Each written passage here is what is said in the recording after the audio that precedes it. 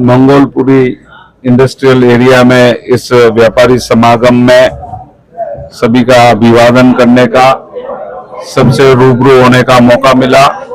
भारतीय उद्योग व्यापार मंडल के तत्वाधान में इस आयोजन में सभी व्यापारी बंधुओं से वोकल फॉर लोकल की बात को लेकर आज भारत की शपथ कराने का मुझे अवसर मिला।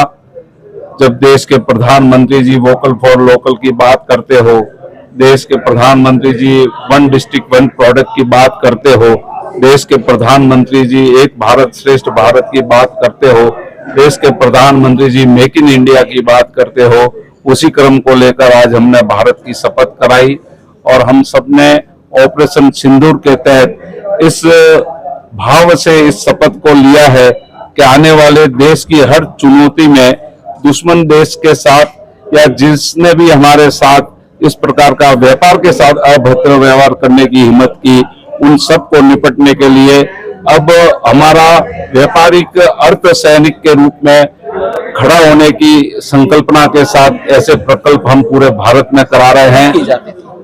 लेकिन जो समय का चक्कर है वो बहुत बड़ी चीज होती है। एक समय आया इस देश में तो क्या पूरे विश्व में हिंदुत्व होगा, सनातन होगा और सच्चाई की कभी हार हो नहीं सकती। थोड़ी देर लग सकती है, देर नहीं हो। एक एटीएस का जिस तरीके से बयान है कि मोहन भागवत जी पर केस दर्ज करना था 12 साल पहले, जिस तरीके से उनका बयान आ रहा है तो उससे क्या फर्क पड़ता है? वो मोहन भागवत जी का अपना कुछ है ही नहीं। उनके तो जीवन में देश है, हिंदुत्व है, उनके ऊपर केस करके कोई क्या करेगा? केस तो उसके पास किया, उसके ऊपर किया जाता है कि जिसके पास कोई धन हो, संपत्ति हो, अपना हो। उनका तो अपना पूरा देश है, उनके ऊपर केस करने का मतलब पूरे देश पे केस करना। मैं ऐसी संस्था को चैलेंज करता हूँ जो पूरे देश पर केस करके देखिए। मंगोलपुरी इंडस्ट्रियल एरिया में बहुत ही शानदार प्रोग्राम रहा।